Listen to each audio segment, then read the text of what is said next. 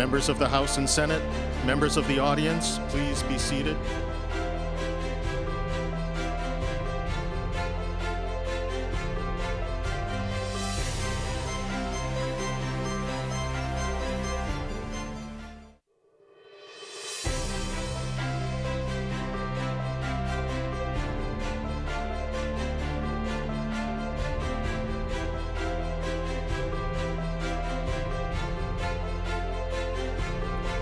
Members of the House and Senate, please be seated.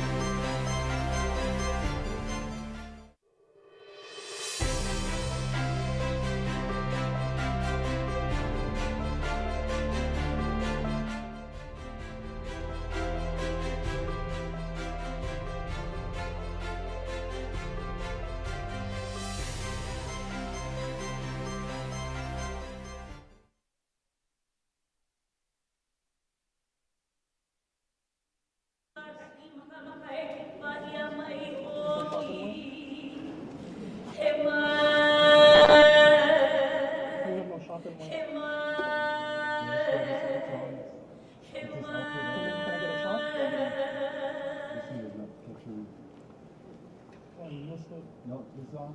This is on. 5 get podium.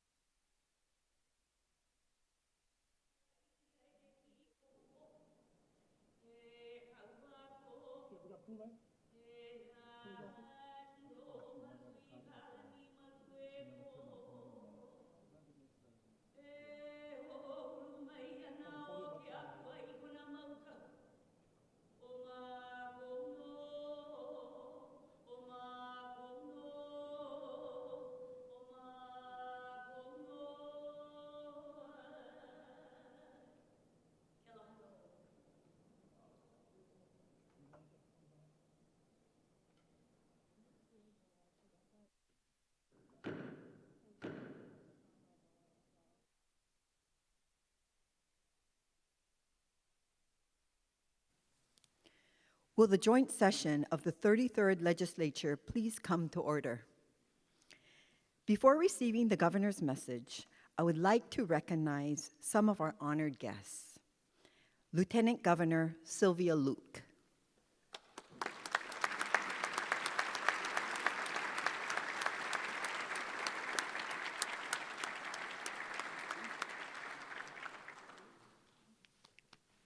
Senate President Ronald D. Kochi.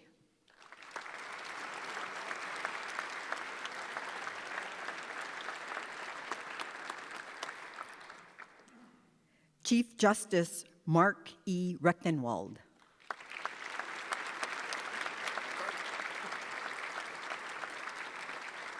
Chair Kai Kahele, Office of Hawaiian Affairs.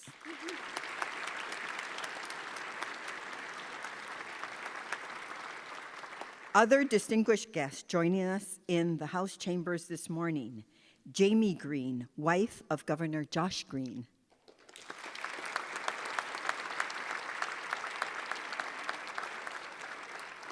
Michael Luke, husband of Lieutenant Governor Sylvia Luke.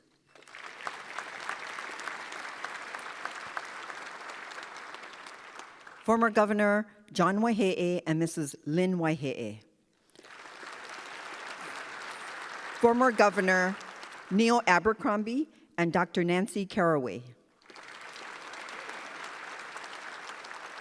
From the Hawaii Supreme Court, Associate Justice Sabrina McKenna. Associate Justice Todd Edens. Associate Justice Lisa Guinoza. Associate Justice Vladimir Devens. And I'm going to get this right this time, Mayor Rick Blangiati. City and County of Honolulu, Mayor Kimo Alameda, County of Hawaii. Mayor Richard Bisson, County of Maui. Mayor Derek Kawakami, County of Kauai. Had to mess up sometime. Admiral Samuel Paparo, U.S. Indo-Pacific Command.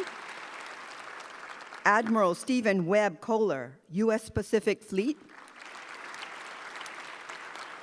Rear Admiral Stephen Barnett, U.S. Navy, Region Hawaii. Lieutenant General Laura Lenderman, U.S. Pacific Air Forces. Major General James Bartholomews, U.S. Army Pacific.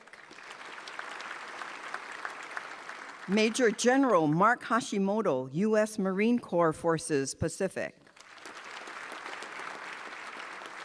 Colonel Stephen Toth, U.S. Space Forces Indo-Pacific. Commander Anna Dixon, 14th Coast Guard District. Council Chair Tommy Waters, Honolulu County Council. Council Chair Alice Lee, Maui County Council. Council Vice Chair Kipukai Kuali'i, Kauai County Council. Mr. Mike Ketchen, Consul General of New Zealand. Mr. Yoshinori Kodama, Consul General of Japan. Mr. Seo-Yang Lee, Consul General of the Republic of Korea. Ms. Greg Wilcock, Consul General of Australia. Mr. Glancey Enos, Consul General of the Marshall Islands. Mr. Jerry Chang, Director, Taipei Economic and Cultural Office. Ms. Annie Kaneshiro, Dean of the Consular Corps. The chair hereby appoints the following legislators to escort the Honorable Josh Green, Governor of the State of Hawaii, to the rostrum. On behalf of the House, Representative Sean Quinlan, Representative Lauren Matsumoto. On behalf of the Senate, Senator Michelle Kidani and Senator Drew Kanuha.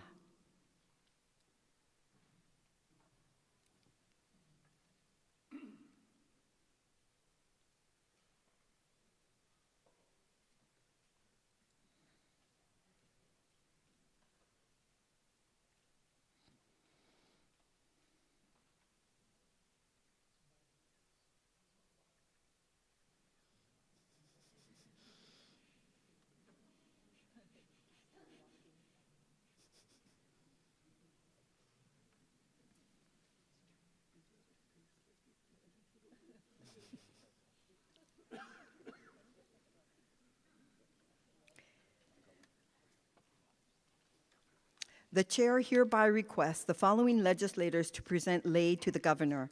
On behalf of the House, Representative D. Morikawa, and on behalf of the Senate, Senator Lorraine Inoue.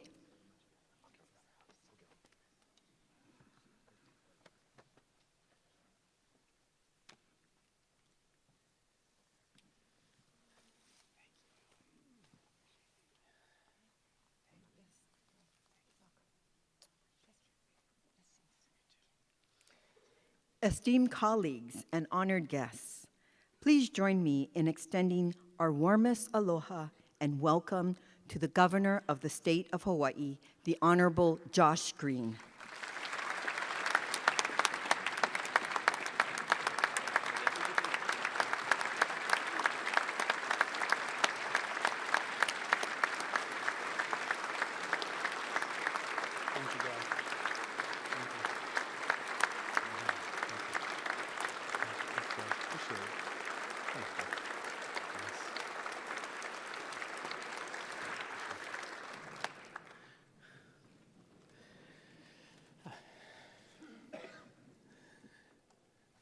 First Lady, Lieutenant Governor, Madam Speaker, Senate President, OHA Chair, Chief Justice, colleagues, members of the cabinet, distinguished guests, and all the people of Hawaii, aloha. First, let me say this. Jamie, I could not do this job without you. Your support, your thoughtful perspective, your hard work, you're truly valuable to me. Thank you on behalf of all the people of Hawaii. I love you very much.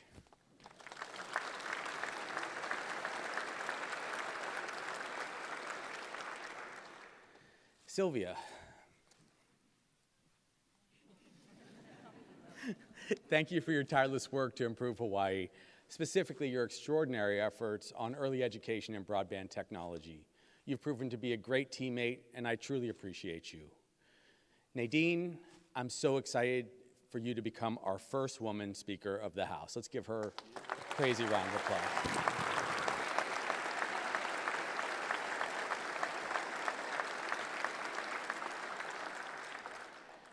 You've already shown me that you'll help lead the House in a thoughtful way, and you'll bring your own style to this important leadership role. Mahalo for being here. Ron and Kai, we served together in the Senate together. I have so many great memories from that era. Thank you for being here. I look forward to resuming our work together this year in ways that will improve the lives of all the people of Hawaii. Thank you, guys.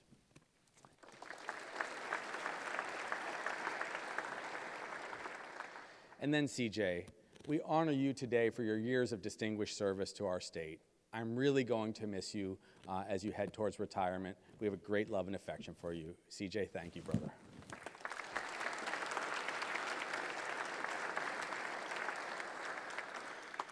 So here we dive in. Legislative colleagues, thank you for being such great partners these last 2 years in our work for the people. I see new faces join our ranks, and it reminds me that we were all new once. Sometimes a fresh perspective leads us to even greater progress. I want to thank all of our cabinet members, to my left, and all our executive team, led by my chief, Brooke Wilson, who have done so much to advance our top priorities. Mahalo to all of you for your leadership, for coming together to take on our biggest challenges, and to address the most important issues our state faces. We have been through some extremely difficult times in the recent years. The fear and uncertainty of the COVID pandemic, the devastating losses we suffered in the wildfires on Maui, our long road to recovery and healing from that day, so many things. By uniting as one Ohana, we found in each other the faith, the hope, and the strength we needed to keep going and to rebuild. So today I'm incredibly proud of our state and our people for the way we've come together to support each other through these enormous challenges. Today I'm proud to report to all of you that the state of Hawaii is strong. Now, 2 years ago, I came into the governor's office after attending hundreds of talk stories, community meetings all across our state, having thousands of conversations with people from every walk of life. The people of Hawaii spoke very clearly. They wanted to see real results on a number of issues that our state's been facing for years, but only seemed to be getting a modicum of progress or maybe even getting worse. To my colleagues in the legislature and across the state government, we're privileged to serve the people of Hawaii and to work for them every day. As we start this new year and begin a new legislative session, we'll reflect on the progress we've made together over the past 2 years and look forward to ask this question. What do the people of Hawaii want us to accomplish for them now and in the coming years? Now, first, let's talk about affordability. Affordability. This is the cost of living question in our state. It's too high, the highest in our country. There are too many families struggling to make ends meet. Too many people are forced to consider leaving the places they grew up in and love. And too many families have already left our state in search of a cost of living that's much lower on the mainland. 2 years ago, the people of Hawaii told us loud and clear that they wanted us to find ways to make living in our state more affordable. From day one, we made this a top priority and we took action. We lowered taxes. In our first year, we worked with the legislature, all of you, and what we did was we doubled the earned income tax credit and the food tax credit. We increased the existing child dependent tax credit, and this saved Hawaii families about $88 million per year in taxes. Then last year, you, the legislature, passed, and then I signed into law, the largest income tax break, the largest income tax cut for Hawaii families in our state's history.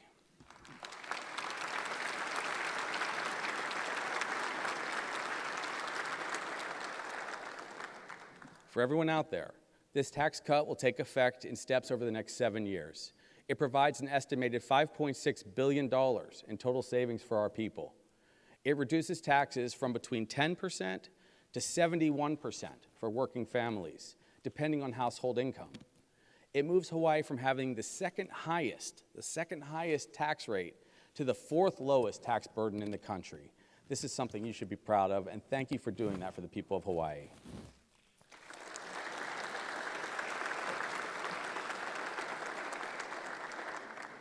So people feel this and understand better. A family of four making the median income of $88,000 for that family in Hawaii will see its take-home pay increase by more than $3,600 per year by 2031 when the tax reform has been fully implemented. And these tax cuts are already going into effect now. And by 2031, the number of Hawaii households that will pay zero state income tax will rise from 25% to 40%, keeping more money in people's pockets. And it will also stimulate our statewide economy and our economic growth. Now, over the last 2 years, we also made careful budgetary decisions together. We reduced spending by $500 million in '24 and $1 billion in '23 without cutting needed services. We did not cut services. We also maintained the $1.5 billion rainy day fund for future challenges that we have. And our goal continues to be that we make the state more affordable, as I mentioned, and also so that families can all live in Hawaii for the next generation and have a future here. In the coming years, we'll continue to find new ways to lower the cost of living. Again, thank you for your partnership in this endeavor. Next, let's talk a little bit about housing. In Hawaii, we face the highest housing costs in the nation. The people of Hawaii also asked us to make housing more affordable and available to all the people across our state. Housing is the single largest expense for Hawaii families. It accounts for up to 38% for household spending on average, 38%. And even before fire destroyed nearly 4,000 homes on Maui in August of 2023, we faced an estimated 50,000 housing units short statewide. Now, Hawaii's building regulations have really driven up the cost of condominium development. They've driven it up 58%, making this the highest cost of housing in the country. And because of our lack of affordable housing, we face a shortage of teachers. We face a shortage of healthcare workers, which has plagued us for years. And more Native Hawaiians now live on the mainland than in our state. And I know that that was mentioned passionately in other speeches. So again, together we took action. We immediately approved 10,800 new units of low-income housing for struggling families. And over the past 18 months, the exemptions established in our 2 emergency housing proclamations have helped approve or accelerate nearly 7,000 units of affordable housing across our state. We also work closely with you, the legislature, on this issue, and over the last 2 years, you've delivered the most significant housing regulatory and zoning reforms in over 40 years. It's cut red tape. It's helped update and improve our rental laws, and it's increased the affordable housing inventory statewide, your work. So our combined efforts are now paying dividends. Affordable housing measures we passed over these 2 years are now fueling a surge in workforce and low-income housing all across our islands. Right now, we're tracking more than 62,000 units, over 257 projects being built by state and county agencies with the private developers in the private sector over the next decade, with 13,000 new units to be completed this year and 10,000 more next year. This includes 46,000 new units of affordable housing. Thank you, everyone, for this incredible work.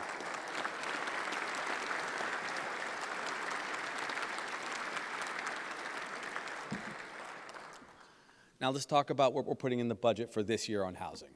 For the next 2 years, we've requested over $500 million for housing initiatives, including $250 million for the Rental Housing Revolving Fund to develop more affordable housing, $30 million for Phase 2 of the 99-year leasehold program on Oahu, and $62 million for the University of Hawaii West Oahu infrastructure development for the University Village near the rail. We've also requested $68 million to transform Mayor Wright. This effort will add more than 2,000, you got it, there you go, brother. Okay. Thank you, Senator. This effort will add more than 2,000 housing units for the district's working families. So, Carl, thank you for leading us in this way.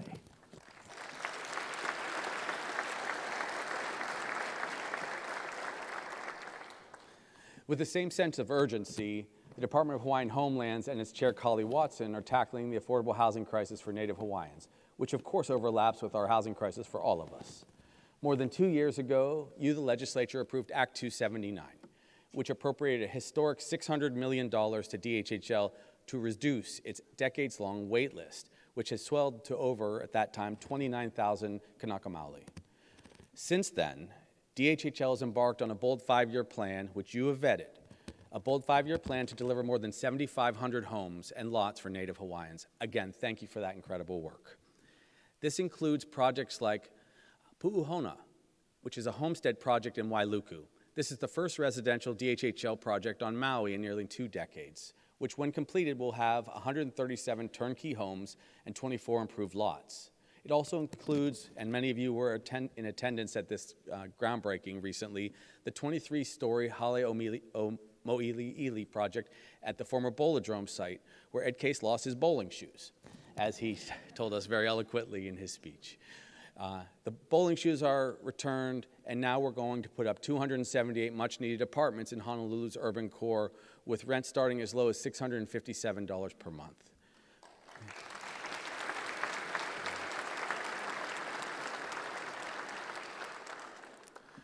So innovative projects like these will help provide new affordable housing for Native Hawaiians who have long been on the wait list and have actually died on that wait list. So thank you, everyone, for this work. But building alone won't solve the housing crisis. In Hawaii, we have far too many short-term rentals owned by too many individuals who live on the mainland. There are tens of thousands of housing units across this state, our state, that should not be short-term rentals any longer. They should be homes for our people.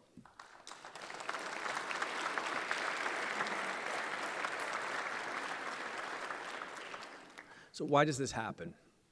Well, short-term rentals make on average 4 times what they would make if the property were rented just long-term to a local family. And here's the additional challenge. 52% of these short-term rentals in Hawaii are owned by non-state residents. 27% own more than 20 units. So you can see so much housing is being taken out of our market, and we saw that terribly on Maui after the wildfire.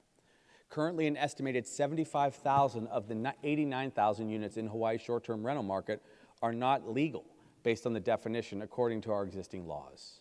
So last year, after listening to community activists like Lahaina Strong on Maui, and I thank Lahaina Strong for speaking up in this way, we passed legislation together to empower the counties to reform short-term rentals, returning thousands of these housing units to the local market, increasing supply, and bringing down prices. So in just 2 years, we've made significant progress on housing, but there's still so much more work to do to meet our pressing needs. I can commit to you that we will absolutely work to create more affordable housing in our state for all families, including Hawaii's nurses, teachers, firefighters, every single family that needs a home. Now let's talk about homelessness. The people of Hawaii also asked us to take on and reduce homelessness in our islands. When we started together in 2022, we faced the second highest per capita homeless rate in the nation. 43 out of every 10,000 people in our state were homeless, more than double the national rate of 18 per 10,000, with a total of 6,223 individuals that were homeless when we started. Now, as many of you know well, homelessness is a very complex and challenging issue. Many people who are homeless suffer from mental illness, addiction, or both, with some developing PTSD for just being on the streets.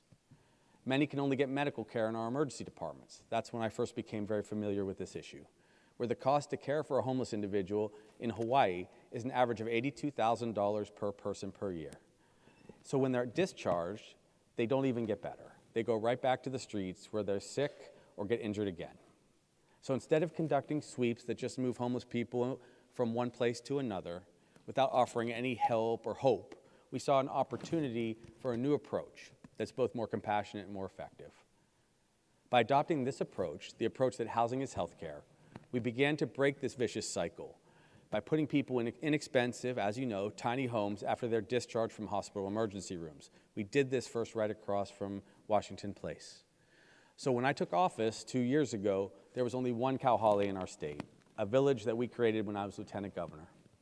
Immediately, we signed an emergency proclamation on homelessness to cut through the red tape that was preventing us from building more of these Kauhale villages. Now, for people's recollection, Kauhale are communal villages. They offer tiny homes for the homeless. They offer shared space for cooking, eating, recreation, growing food, community activities, even job training. And studies have shown us that providing housing for chronically homeless individuals not only improves their health, but also saves taxpayers millions of dollars in healthcare costs. A recent report by the University of Hawaii Center on the Family found that 6 months after individuals were placed into permanent housing, kauhale, their healthcare costs dropped 76%. And that drop was from about $8,000 a month down to $1,965 a month. So today, we've built these 17 kauhales across our state with an ambitious goal of finishing 30 villages by the end of next year, the end of 2026. This will provide 1,500 housing units for the homeless.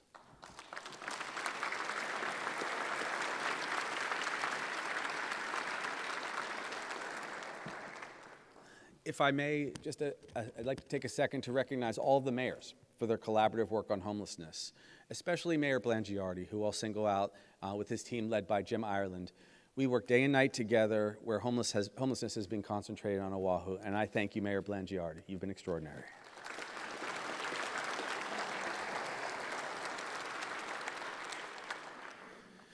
I'd also like to recognize John Mizuno, who some of you guys know.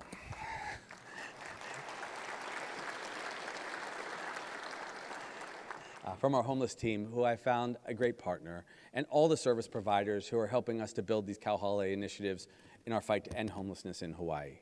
In our executive biennium budget, we've requested $50 million each year for the next 2 years for kauhale development to continue to provide these critical services, wraparound services, social services, to care for people and overall lower their costs in the state of Hawaii.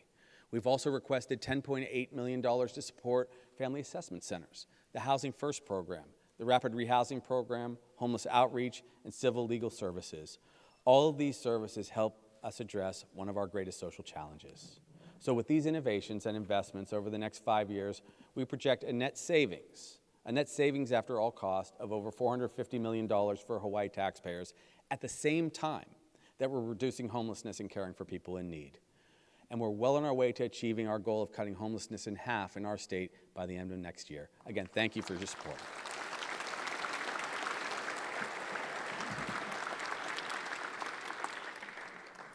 A few comments about healthcare.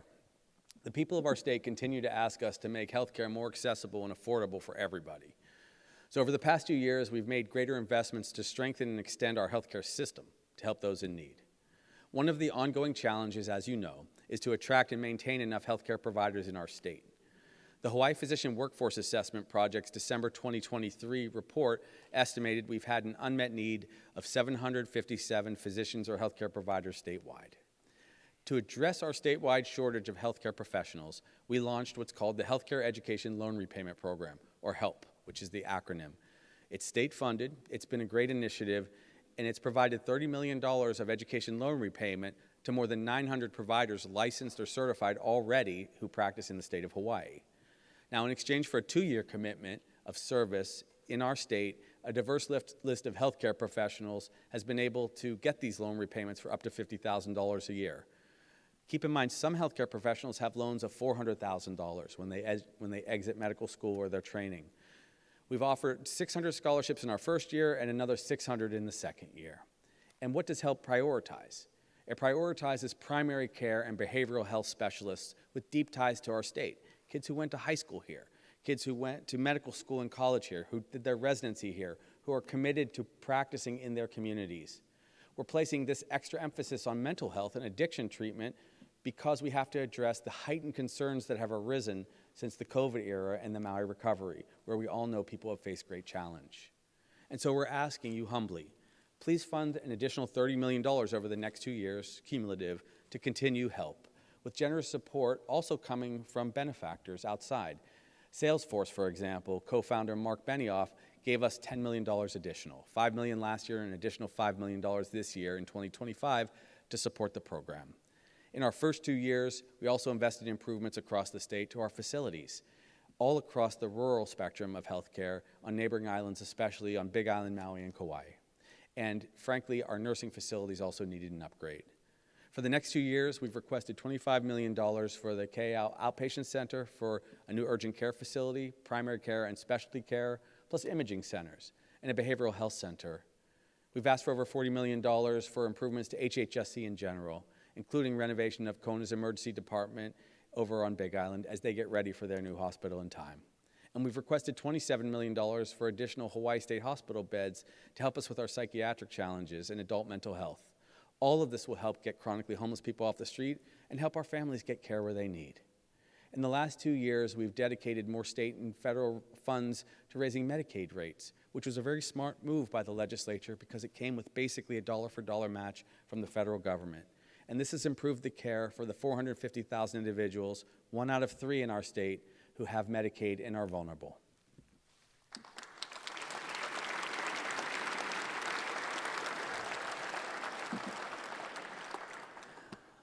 Let's talk about public safety a bit. Over the past few years, we've lost too many loved ones and endured too much gun violence in our neighborhoods where our children should be safe. So we've taken action to prevent gun violence and make really our schools and communities safer. You guys passed 2 new gun safety laws designating sensitive places where firearms will be prohibited statewide and provide active shooter training in public school and charter schools. And even though that's scary, it could prepare us against a tragedy. We've held 2 successful gun buyback events this year, these 2 years, collecting approximately 500 firearms each time and taking them off our streets for good. We collected assault rifles, semi-automatic rifles, handguns, revolvers, shotguns, and ghost guns. We gave people a $100 Foodland gift card in exchange for each firearm. And this incentive program, which is an amnesty program, doesn't require identification. We don't ask questions. We just want to get guns off the streets. But these gun buyback events, which are going to continue to go on in our administration, are really just part of a larger effort to combat gun violence and promote safe neighborhoods across Hawaii. I'm proud to be working with law enforcement agencies to expand these programs statewide. But there's much more work to be done on public safety than just addressing gun violence. 3 weeks ago, we all witnessed the horrific fireworks explosion in Salt Lake, which took the lives of 4 of our ohana, and it critically injured more than 24 people. If we're going to prevent deadly incidents involving illegal fireworks like this one, we're going to have to make a collective decision as a society to allow only safe and legal fireworks in our state going forward. Let me pause here for a moment. The tragic landscape of that explosion was something I had never seen in my life. Not years in the hospital, not years in training, not even the pictures we see on television. It was unbelievable, and no matter what laws we pass, I fear they may not move the needle enough. We will try all the things that we can come up with to help keep people safe, but I'm speaking to you all now, the people of Hawaii. Please strongly consider moving away from illegal aerials, because no matter what we try to do as a society, if they continue to go up, people we love are going to continue to get hurt. So I'd humbly ask you to make that change for us. Now in 2023, we established the Illegal Fireworks Task Force to identify and disrupt supply chains of these fireworks. The task force did extraordinary things. They seized 227,000 pounds of illegal fireworks already. But incidents like this remind us of the ongoing challenges we face. This year, I will continue to work with our friends in the legislature to further curb illegal fireworks, as I said, so that children and families in Hawaii can enjoy beautiful fireworks displays safely. Our efforts to expand the healthcare workforce, stop illegal guns, take fireworks off the streets, reduce overdoses, they all help ensure that we have a healthy and safe society. But it really does come down to the decisions that we make as people. That's how we get healthy and safe. So please join me in this initiative. We're consistent. Oh, thank you, guys.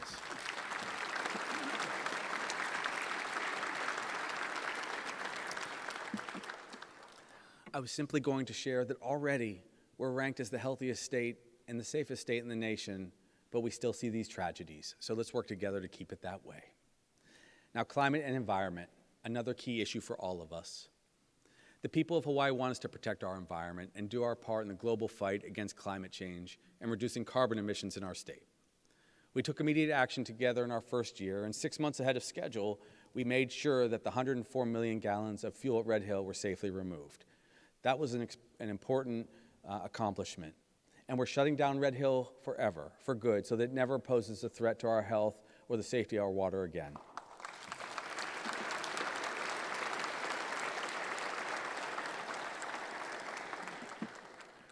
that was only part of our challenge. Last year, we joined youth plaintiffs from across our islands in the Navahine versus Hawaii Department of Transportation case in announcing a resolution to the world's first youth-led constitutional climate case that sought to address transportation emissions. In other words, young people sued Governor Ige, who we love, and we settled that case.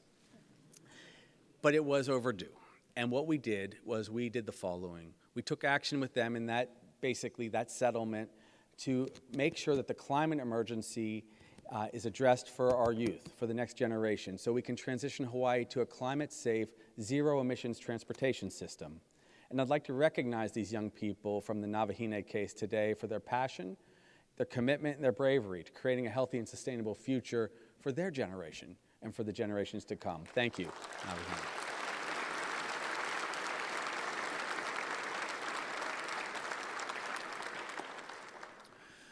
Last year, we also formed the Climate Advisory Team, led by Chris Benjamin.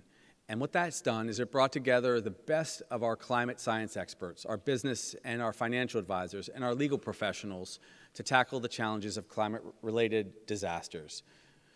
This team's provided a comprehensive roadmap for all of us for the state's strategy to mitigate the severe impacts of climate change in the coming years. And I urge my friends in the legislature to pass landmark legislation based on their report, which takes all the ideas we've been talking about for many years, take those ideas into account, and pass landmark legislation this year to fund our critical efforts on climate impact.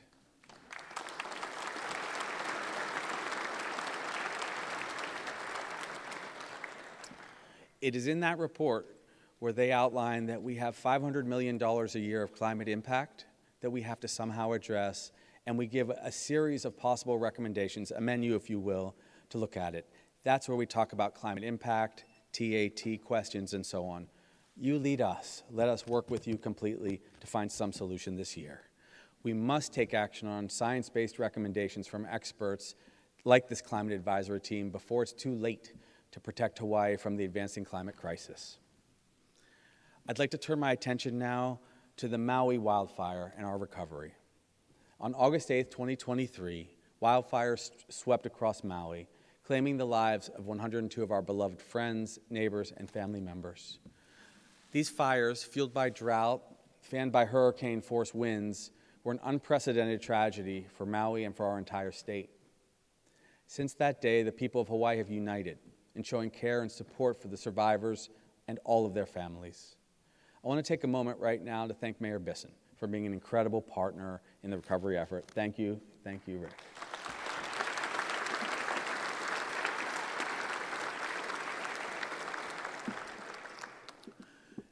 In the 17 months since the wildfire disaster, we've continued to lead the coalition of state, local, and federal agencies in an enormous effort to clear debris, which took just under 1 year to clear basically all the debris in residential and commercial areas, to restore infrastructure, build temporary and long-term housing in local schools.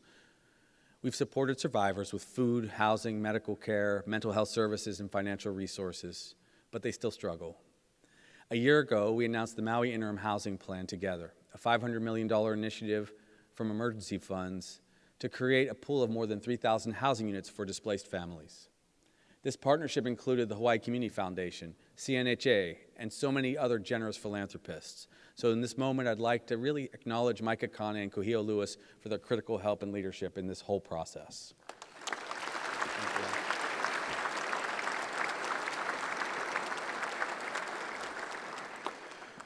I encourage everyone to go to Maui and see the recovery firsthand.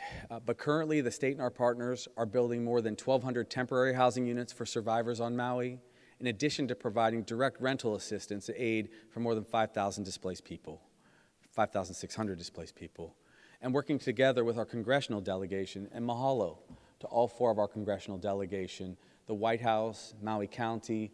We will now have over $2 billion of federal disaster relief money from the federal government to invest in building housing and aid the full recovery of Maui. By leading this effort all together, we've been able to reach also some global settlements. And the global settlement and financial settlement you've been well updated on. What did it do? It helped us avert a financial collapse of Maui County and Hawaii's energy system, sparing our state years of economic hardship and higher energy costs. And last year, we began to build or built a total of 810 new units of permanent housing across 4 projects on Maui. We're finishing the 1,044 units that have been approved through emergency services of the transitional housing to meet the community needs right now until we can fully rebuild Lahaina the way the people want it. Now, we've moved more than 99% of those who were displaced by the fire into long-term housing, and it was a great challenge. And we'll be able to keep working day in and day out to make sure every survivor has a safe and stable place to call home, but it requires these resources. As Maui continues to rebuild, I, with you, will do everything possible that we can to ensure everyone has the resources they need. So in the budget these next 2 years, in addition to the global settlement, and thank you for helping these people heal, our people, we've requested over $350 million for other projects on Maui to aid in their recovery, to fund new schools, to make sure that housing is updated, to improve wildfire prevention. And that's a statewide initiative, by the way, to prevent a future disaster. The wildfires on Maui have forced us to confront the risks that we face as a state from climate-related disasters. So working with the counties, we've updated and improved our emergency siren protocols. We've also reestablished the state fire marshal. Thank you for that. That includes a request for $2.2 million for their team and funding, which will help us regulate buildings and our codes, help with fire safety standards, guide the state's wildfire prevention and education efforts, which is very important, develop and coordinate with all of our state agencies. And with the help of the federal government, we've also deployed 80 wildfire and 16 wind sensors across our state to provide an early alert system with 24-hour sensing and alerts capable of identifying changes in conditions before wildfires start, and to continuously transmit information and send electronic notifications when problems are detected. We are a much safer state from fires than where we were 2 years ago. But the tragedy in Los Angeles validates the urgency of this effort. I've also proposed that the state create defensible spaces around homes, develop mapped-out evacuation plans statewide, and engage in community-wide preparedness initiatives to mitigate the impact of any fires. And even with all that, there's still so much work to do. We'll continue to work with our federal partners for resources, nonprofit organizations, and local communities to ensure greater resilience to climate-related disasters and to prevent them in the future. Now, since the fires, we've faced enormous challenges, but we've emerged stronger. We've been united, and we're determined to support our Maui Ohana and help them rebuild. Now, much of our work has been driven by the housing crisis, as I shared, our state's pandemic, the recovery that followed it, the Maui wildfires, and more recently, the New Year's explosion. We're also constantly thinking about the future. We as a team will continue to dream big in our state, pursuing major transformative projects and initiatives in the years ahead, such as building a modern stadium for our people, pursuing restorative reforms to our justice system, which also meet our needs for new, more humane correctional facilities. And finally, we will develop a statewide food security plan to address childhood hunger, which the First Lady and I have been working on together.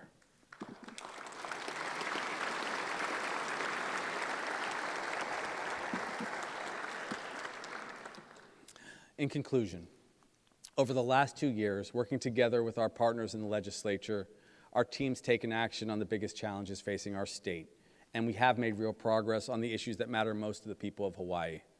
Again, I'd like to thank everyone for coming together to help Maui recover and for making possible the results that have been achieved. We've made progress, but there's so much more to do. There are still too many families searching for affordable housing. There are still too many families struggling to make ends meet, and there are still far too many people living on the street. But if we stand together as one Ohana like we have over the past 2 years and continue to put our values into action, we will reach our dreams. And together, we'll build the Hawaii our children and our grandchildren deserve. Mahalo, aloha, and much love.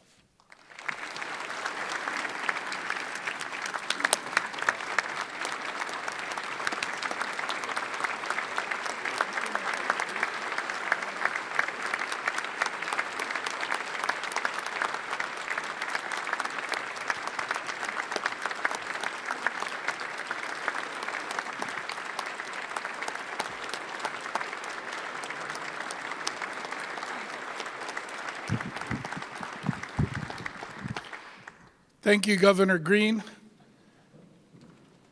I shared on Wednesday in my opening remarks in the Senate that a month ago I had right cataract surgery, got a new lens where I can see far. Last session I couldn't make out faces in the gallery with the light coming in. And I can see everybody now, so I'm not going to put my glasses back on. I only need them to read things that are close. And I'm going to ask your indulgence, Governor. This is your day, but I want to go off script in Nadine's house and say that I met Speaker Nakamura when she moved to Kauai, marrying a Kauai boy. And she had an educational background as a planner and also as a community facilitator. And it's primarily in that role as a community facilitator I engaged with her. Land use issues were the most contentious back in my county council days on Kauai. And she had an incredible skill of coming in, listening attentively to all perspectives, having an ability to take the temperature down in very contentious public hearings. And it became clear when the speakership opened up how quickly her colleagues got behind her that she had brought that same skills of listening and facilitation. And it was acknowledged and respected. And I'm incredibly thrilled to see my former colleague on Kauai elevated to the Speaker of the House, being the first female speaker. And Kauai was blessed in the 80s to have a speaker whose tenure was cut short tragically just months into his service when we lost him to a heart attack. Representative Richard Kawakami, Mayor Kawakami's uncle. And so I wish you a long and healthy, prosperous career here in the House.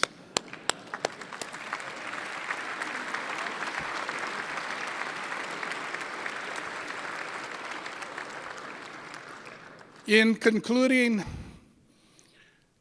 I'd like to begin by mentioning something that my pastor often says in church, and others have said it, so I'm not trying to attribute the quote to him. But he always says,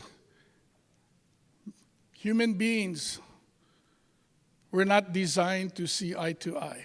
All of our life experiences are so different, and the impact that those experiences have in the way we individually view the same thing and often come out with a totally different perspective of what we just saw. But if we look heart to heart, then we will find a pathway forward.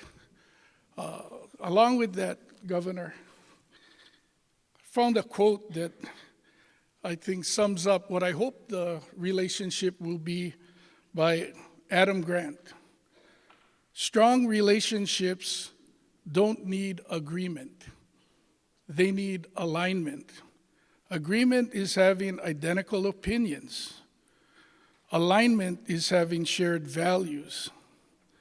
I will guarantee you today, we are not going to have agreement all the time, because we have different ideas, but I believe that we are aligned in what we want for the people of Hawaii.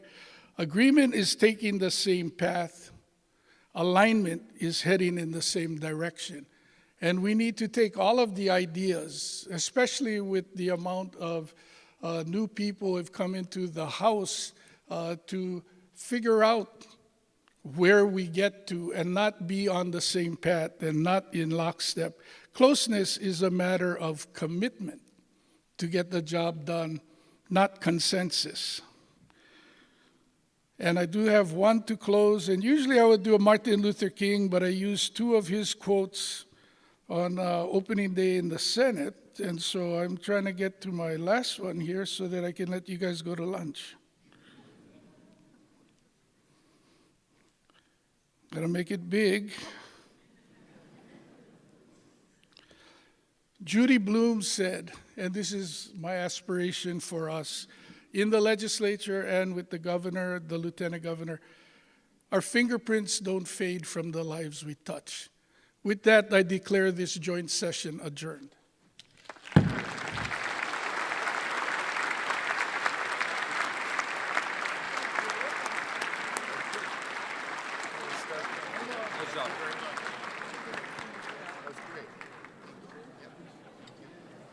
You were saying,